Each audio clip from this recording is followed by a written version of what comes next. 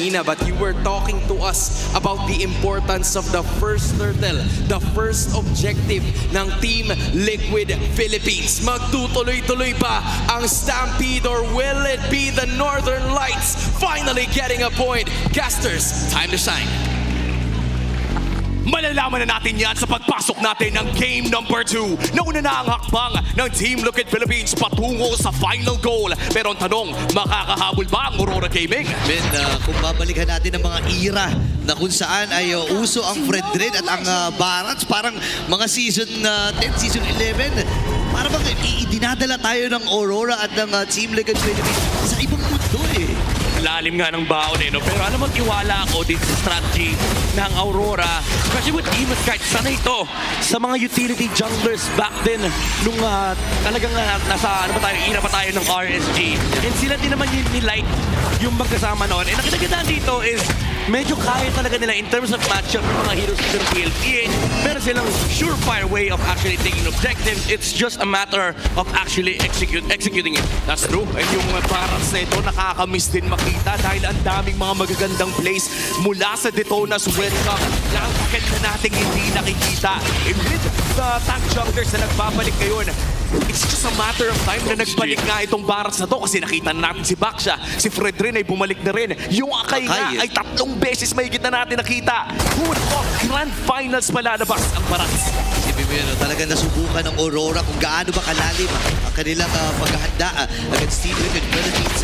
Yung Team 1 performance kasi ng TL, parang ibang TLPH yung nakita natin. No? Yeah, sino ba yan eh? Kumbaga, again, yung previous encounter nila, parang na-realize ng Aurora, okay, kailangan natin ng utility jungler versus TLPH para kahit paano ma-repel natin yung early game aggression nila. Ang sinagot ng TLPH, absent yung early game sabayan tayo early game. And for Aurora, again, this time around, meron silang pangsagot dun sa mga papasok sa mga objectives, especially with the Detona's welcome. Ang concern ko dito is, sa sobrang dami kasing papasok ng TLPH, kaya ba i-sustain ng Aurora yung damage? Kasi usually, yung Barats natin may kasamang Matilda to eh. Oh, yun nga naman talaga, no? Yung combo na nagmula pa sa Age of the Crown na laging binabato ng mga ating Aurora members. Then here we go, sideboard na kain agad! Ay, naku na dodge! Nandiyan tayo dito na welcome pero si Demon kahit ang nagwagi doon sa pagong. Ngayon si Sanford ay hindi pa tapos. Papasok din sila. The talk is there. Ngayon naman si Edward ay mapupuruhan na. AOG! Mula dito kay Sandy. Mas back sa Dylan. Sanford na baba ng buhay pero si Edward ata ang mapupuruhan. At si Carlito makakakuha ng first blood. Hindi pa tapos ang laban kasi si Light ay nandun din. May tatama bang racket? Hindi na nga muna British Run. At hindi na rin umabot sa dulong-dulo pa sana, no? Oh, Pagong man ay nakuha ng Aurora. TL ang nakakuha ng first kill of the game. Yeah. Even though ang cute ng interaction ng immunity nung lapu-lapu, nakuha pa rin Demon kahit yung pagong. Kasi ang importante lang naman is hindi siya nakastun. That's true. During the turtle take, meron din siyang sarili niyang CC immunity. Pero yung Microman, na-dodge pa ni Sanji yung smart missiles. Tama no, smart missiles yung second skill ni Barats. Ang tagal na kasing di nagagamit yan eh. Ano yun? Missile expert. Ayun, missile expert. Missile expert. So hindi lang hindi lang matalino. Sobrang talino. Sobrang talino. Expert. Pero may question mark sa dulo yun eh. So hindi pa natin sure. Missile expert. Ganun nga yung pagkasabi daw. Pero yun na, Purple secured for the side of Team Liquid Philippines. Wala pa namang invade. Napapasok muna sa Aurora. And so far, equalized po ang ating laro. Hindi pa tayo nakakita ng sobrang laking lamang dahil naging equal naman kahit paano yung palitan sa first blood at pagong. Pero for TLPH, actually sila yung medyo nagmamadali ngayon. Kasi pagdating ng mid to late game, alam naman natin, scaling yung hero sa kanilang side. Especially yung winning matchup ng CC versus Lapu. And also, meron pang Sicilian problem mula kay Yue. Na by the way, wala pang talo yung Sicilian ni Yue. Isa yan talaga sa mga nire-respeto eh. No? Kung baga kung Super Prince, may makikita kang Selena. Yung Sicilian naman ay isa talaga sa mga inaabangan when we talk about Yue. By the way, ay ilang beses na nating nakita sa loob ng isang Grand Final stage. Pero hindi pa rin yan nakukuha yung inaasam niyang championship. Bigat na ito, no? Kasi naalala ko sa isang interview, sinabi ni Edward na gusto na nilang bigyan ng championship itong si Yue. At nalalapit na sila. Isang hakbang na lang ang kanilang kailangan. Sisimula na nga rin yung pagong na ito. Pero Nurse ay inaikasa. Wow! Target si Ohim pa! Ang nagwagi doon sa pagong. Ngayon, AOG ay naikasa rin. Demon kahit ay pupuruhan na No! revitalize. At napisa Umasa yung dinosaur. Si Light ngayon ay tumatakbo. Iiwasan ata yung pagkasugo dito ng CLPH. Kaya lang, sabi ni Light, haharapin ko na ng liwanag. Pero parang nadala din siya ng liwanag dito ng CL. Kakaiba yung yung control na pinakita ng Liquid and again Carl TZ. Ginamit yung dash para maiwasan niya rito yung barats. Tumama pa rin naman, pero sabay kasi men yung first kill rate 3 plus yung isang Death Sonata mula kay Oheb. Talagang nilelayer nila para makuha yung objective. Oo, nakakatakot din pala to si Sanji mag-fire sa men. Flicker for the stun. At si Doming kahit ay babagsak sa kamao ni JP. At rekta lang ang pag-push para dito sa top lane. Hindi siya naligtas ng purify niya. Hindi maganda, napapurify pa. Itong si Doming, kahit matagal lang aatay niya. Para rito, grabe yung pananalasan, pagsagasa ng TLPG ito ha. Men, sobrang lala ni JP. Ayaw paglaro niyang Aurora. Ayaw. Yung game number 1, ganun na ganun yung itsura. Ngayon, sabihin na natin, oo, meron silang Barats, meron silang CC. Kaso si Doming ayaw niya paglaruin. Kanina pa si JP. Ayaw, sabi dito ni JP. Hindi, next game ka na maglaro, Doming. Kahit bigay mo na sa amin to. Parang ganun yung pinapa-apin niya dito eh. And if you're Doming, kahit maiinis ka sa ganitong klaseng galaw piruin mo pati dito sa baba, may 2v1. Nakakainis din ha, kasi Versus Fan, inabitawan. And yung vengeance mula dito kay Edward, buhay pa rin naman ang Legend Zero. And si Light ay matatagpuan ni Carl. Gitna naman, and the first strike ay nailabag na rin dito ni Sanji. Hindi talaga makahinga.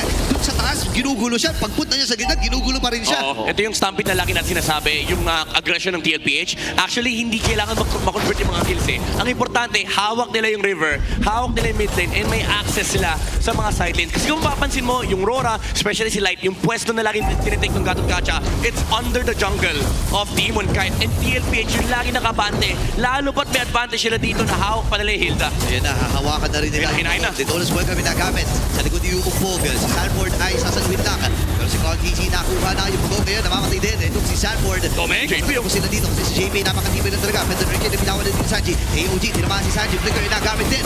Pero prayer shot dito kay Carl. Kaya lang apat na miyembro mula dito sa Team Aurora. Ang kanya sinalo pero buhay pa rin ang Young Goat. Pero may habulang nagaganap. Edward and Oheb. Kakalma muna sila. 2-4-0, naging palitan doon. Medyo nalugi pa ata ang Team Liquid kahit nakuha nila ang pagong. Kaya kahit sabihin natin maganda yung frontline dito ng TLPH, ito rin yung problema ng Granger kanina, ang hirap pa rin ng mga members ng Aurora, especially kapag nasa harap si Edward. Parang hindi enough yung kanilang mga kits para mapatay yung CC. And usually, ito naman talaga yung sakit kapag Granger yung hawak mo. Kapag masyadong maraming gumagalaw sa mga teamfight, ang hirap mag-focus ng target. Even though ang tagal sinusustain ni Carl TZ yung harapan, hindi kasi nila mapatay si Edward. Oo, at ang napakahirap din kasi talaga patay ni Edward on the CC. Bukod sa vengeance na hawak niya, yung sustain lang talaga na nanggagaling sa kanya yung passive ay kailangan respetuhin. Pero mo magkikita ang dating magkapatid, Edward and Oheb, way back. Magkakampi ang dalawang ito. Maraming nagbibigay ng mga video, mga posts at iba pa na dati pinoprotektahan ni Edward si Oheb. Pero ngayon, hinahanap na siya. Kailangan nila gawin yun para sa isang ompyonato.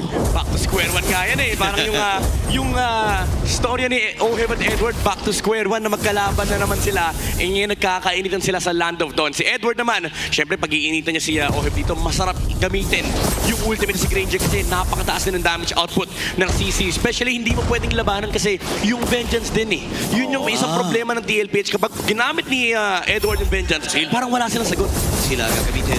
Sanford ay umatas na rin. At least meron siyang land shaker para makaiwas si Everman.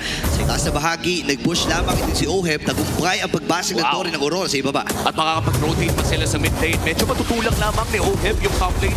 Kaya naman magkakaroon ng deep damage doon sa may Tori, sa may bandang itaas. Pero mukhang hindi pa naman accessible ang loob ng orange side ng ng Aurora Gaming. At least makakahinga pa kahit papano sa Demon Kite.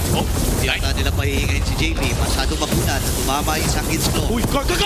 Grabe! Napakatapang talaga habang pre-hit lang. Ito si Oheb. Conceal mula dito kay JP. Nakita niya si Edward. Hahawak muna sila dun sa left mid bush. Reset ata ang magiging call. Pero magagamit yung revitalize dito ni Light.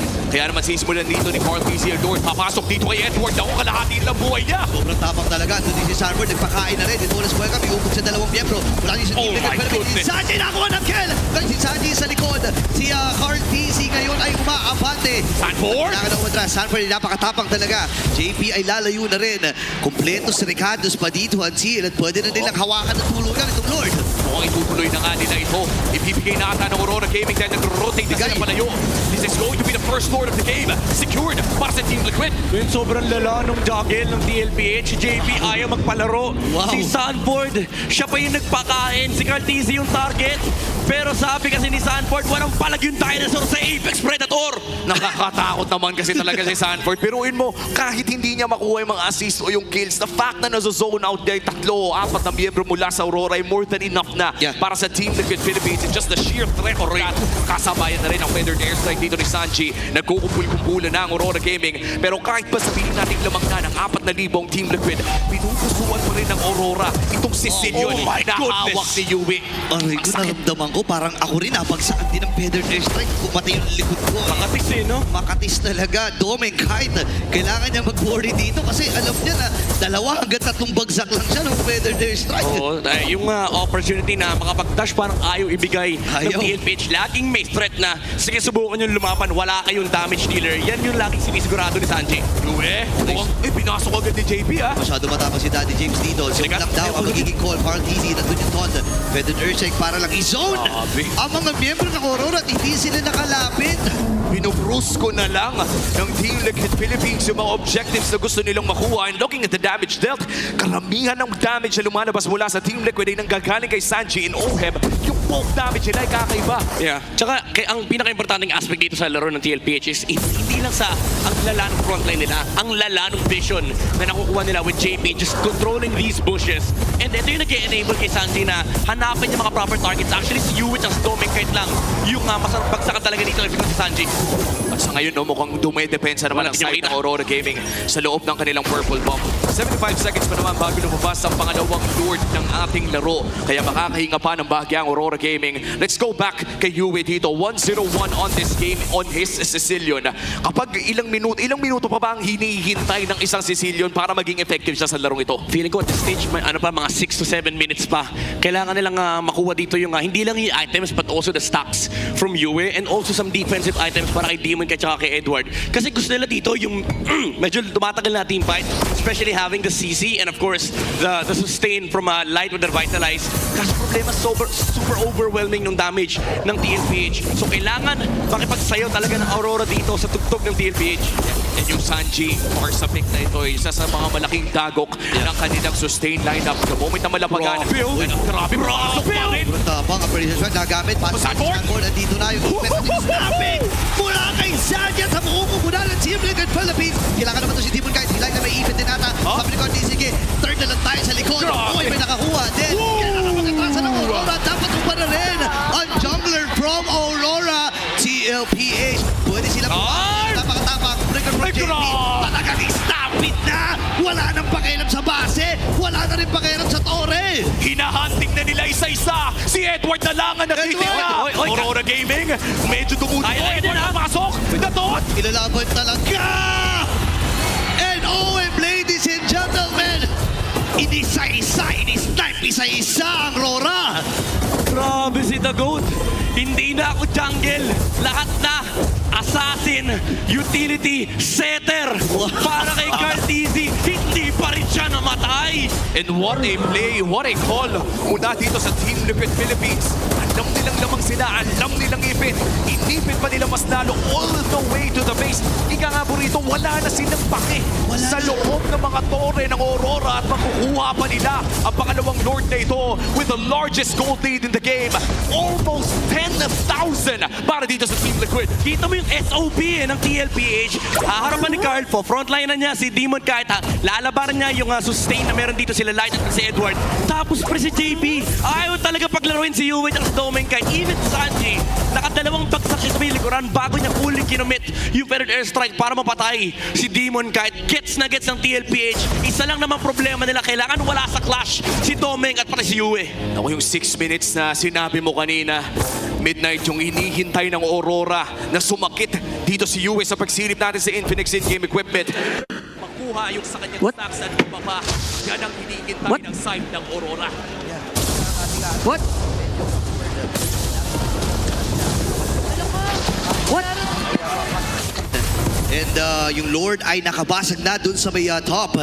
At tagumpay naman kahit pa paano, iisipin natin ang Aurora sa pagpigil sa TLPH na sumugod sa may top. At makakadepensa pa naman, no? Pero lumaki at lumubo mas lalo. 12,000 gold lead, direct na mid lane. Ang push ng Team Liquid Philippines. Available pa naman ang mga battle spells ng Aurora Gaming. At mukhang makakadepensa pa sila, pero yan ang better strike mula kay Sanji. Di pati si Edward. Nabagsak, isang bagsak talagang yung damage. Isang katutak eh. Half HP yung isang feathered airstrike mula kay Sanji. And kay Edward binato yun, men. Imagine if si Domeng kahit yung tinamaan, gaano kasakit yung isang bagsak mula sa Farsa. Well, parang ayoko na makita at this point. Na ang laki, kanina dalawa lang yung target eh. Sabi ni Sanji, testing ko nga. Para pwede na ata kahit sino eh. Yun nga eh, ito Pero kahit sino daw. Kaya na daw. Demon Fight. Sanji! Masyadong malalim aka. Carlito ay kailangan na matras. Naku, nasubo siya dito. Hindi mo kahit yun naman sa Pimento Brand. No way! Kailangan matras si Old. Oh my goodness. AOG! Kamaan yung dalawang miyembro ng Team Liquid Philippines. At ang Aurora. JP! Isa na sila. Ngayon ay kailangan na lumayo ni Sanford. Nakapatay din naman. Hindi mo kaya na kanya naging target doon. Papasukin ata! Hinahantik din si JP. Ayan na! Ang grass! Oheb! Wala siyang kinabing Oheb! grass. Ngayon naman si Uy. Bakit nakikipagsabay? Pakayanin ata. At naging stuck lang ang Sky Piercer niya. Dito, itong si Edward.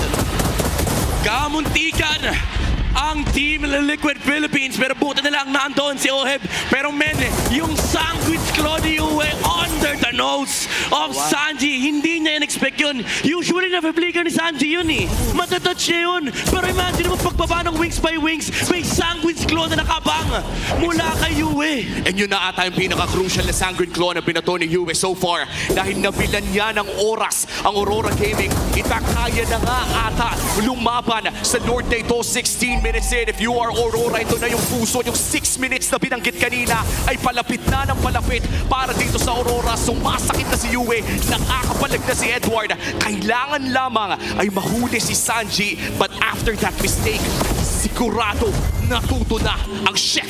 Yeah. Kailangan nilang tignan dito yung mga basal expert at pa rin na rin yung Sandwich Claw, yung displacement power ng Aurora. Pero lukat na yung backside namin nakasilid. Pwede na siya kasi Tommy kagad na naging target nila. Ang baba na ng buhay. At si Sanford with the previous fighter. Tommy? Reset yung tinawag nila sa Lord!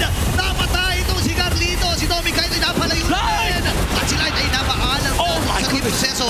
Tuloy-tuloy lamang sila dito. Pwede maghabol. Ang mga miyembro ng TLPH, dalawang napatumba. May jungler pa naman ng Aurora. Wala sa TLPH. Pero actually, kung iisipin mo, pwede nga nila i-rush to eh. Oo, kung makita nila no, na dumidepensa naman yung tatlo ay pwede pa. Pero mukhang hindi naman ata i-risk ito ng Team Liquid Philippines. Meron pang retry si Demon Kite. 15 seconds para dito kay Carl TZ. Kaya naman kakalma muna tayo dito. We are once again entering the late game. Katulad na lamang ng game number 1 na umabot ng lagpas 20 minutos ay papasok na tayo close to 18. Baka nga mag-evolve na rin ang Lord na ito. Pero grabe itong TLPH. Kanina pa sila nagluluto, men. May nagluluto dito. Kanina si JP nagluto sa likuran. Pero napakahapdi na nung Sicilian ni Yue, especially with these items. Yung kanyang Blood Wings, Divine Glaive. Patong mo ba dyan yung kanyang stacks? And kanina, Scar Easy, akala niya men mabubuhay siya. Pero napatay siya bigla ni Yue. At dito natin makikita yung puso ni Yue, men. 4 times na nagpakita sa loob ng Grand Finals. 4 times nasiraan ng pangarap at ngayon humaharap sa Team Liquid Philippines in this late game scenario. TL ang hahawak ng Lord na ito. Carl TZ tatangkihin na. Feathered airstrike forces Yue. Mapapalayo ng bahagya pero mukhang soft reset para sa Lord na ito. Naghahanap ng teritoryo ang Aurora Gaming at mukhang mahahanap nila sa may bandang itaas. Alam nila na wala nang flicker JP, si Yue. Si JP napakalayo talaga. Tinan mo, binabox one niya. Kumbaga sa basketball, binabox one niya itong si Yue. Ano si Sanford, napag-examine force, napatutunan ata siya. Preparation strand, nagamit. Pero si Oheb nakakuha ng Lord. Isa sa commission ni Sanford na ganyan sa rin. And then, yung main damage dealer dito ng Aurora, isinunod pa nila si Edward. AOG, nagamit ni Light. Ngayon ay pupuruhan natin si Demon kahit tatlong miyembro pumupuro sa kanya. Ngayon naman ay sa may bandang gitna na maalam din itong si Sanji. Oh no! David! Dalawang miyembro, may pagparil-paril pa na ginagawa ni Oheb. Popping na immortality, mamamatay si Light at si Oheb na lang ang natitira. Wipe out para sa Cavalry at ang game number 2 ay mapupunta sa kanila. Back-to-back